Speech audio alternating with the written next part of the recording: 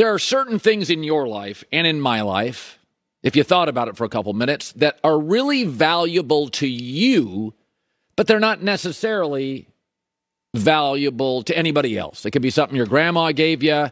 It could be a place where you get peace and quiet.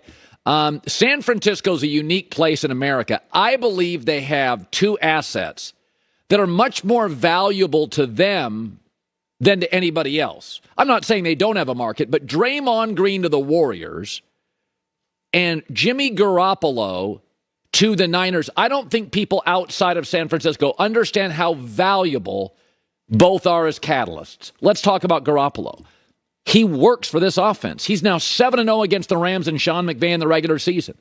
He's accurate, he follows the playbook, and he gets rid of the ball faster than all but two other quarterbacks in the league.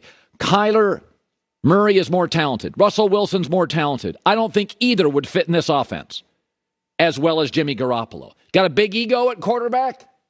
Nope. Got to be coachable. You got to run the plays Kyle wants. You want to do your own thing, Aaron Rodgers. Would Aaron be 7-0 against McVay? I don't know. Garoppolo works for this team. Fans struggle with this premise. Well, even the media does. Well, talent. I give you the Brooklyn Nets. Milwaukee doesn't have Brooklyn's talent. You could argue the Warriors don't have their scoring talent. Boston doesn't have their talent. Chemistry, fit, coachability, and good enough talent beats raw talent. And that's what Jimmy Garoppolo does. The Niners have a bunch of great after-the-catch weapons. And a great example of this is the box score. If you go into the box score this morning, Rams had almost twice as many first downs. Rams had 25 more plays. Rams dominate time of possession. Rams really control the game, right? You look at all these stats. Here's the big difference. Yards per play. Rams 3.5, Niners almost 7. And that's not Jimmy winging it downfield. It's Jimmy getting it, third fastest release in the league. Get it, read it, get it out, and let the guys like Debo go. He fits. I've been arguing this forever with Draymond Green. On the Orlando Magic, what does he mean? I don't know, but on the Warriors, literally their defensive stats last year in the regular season, when Draymond was on the floor, it was the best defense in the NBA since like 2004 Spurs with Tim Duncan. When he wasn't on the floor for the Warriors defensively, they were 13th in the NBA. You've got to watch Warrior games. You have to understand the culture. You have to understand he's the bouncer in the skinny jeans nightclub. He is so valuable to them. But he doesn't have that same value for the Wizards. They're not as well built. They don't have that. They don't understand him. It wouldn't work there. The culture's not right.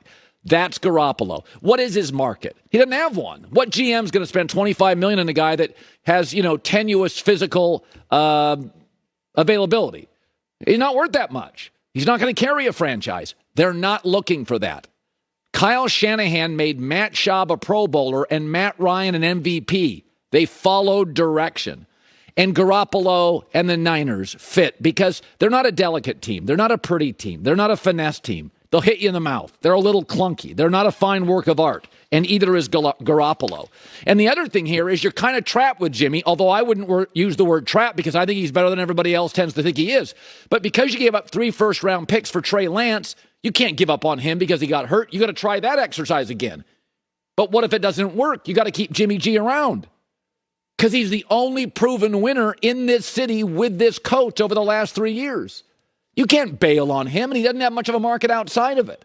So it's one of these relationships you can fight, is Draymond Green worth it? Is Draymond Green? Yes, for their culture, he is a better fit with the Warriors than anybody else, and it's not close. And I think Garoppolo works for this team. Doesn't have a big ego, isn't going to ad-lib. He's going to follow the plays. He gets rid of the ball quickly. And their offense has all these guys that are great after the catch. Let's talk about the Rams. So one of the things that is really remarkable about this league, and no other league is like this. We know in baseball, the Dodgers are going to be good as long as they want to be good because they just have a bigger payroll. Same with the Yankees. Braves are well run. It's hard to go from really, really good to awful. But in the NFL, in the NBA, if you got a collection of good stars, unless you have major injuries, the Warriors have mostly been really, really, really good. for the last 8-9 years, except for the couple years that Durant left, Steph got hurt. But in football, half the teams that made the playoffs will not make it this year.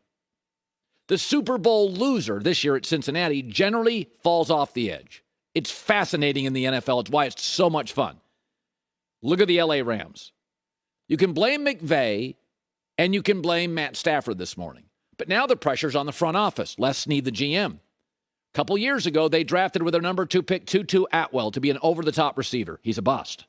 They spent a lot of money on Allen Robinson. I liked the move a lot. I really liked it. 3-year deal.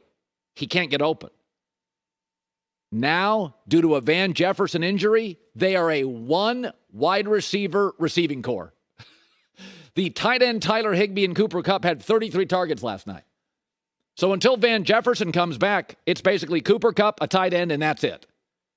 This team was winning in Tampa. They're beating the Niners. They're beating the Bengals. They're flying through the playoffs. Look at them now. 4 games in to the season after winning the Super Bowl. It all changes.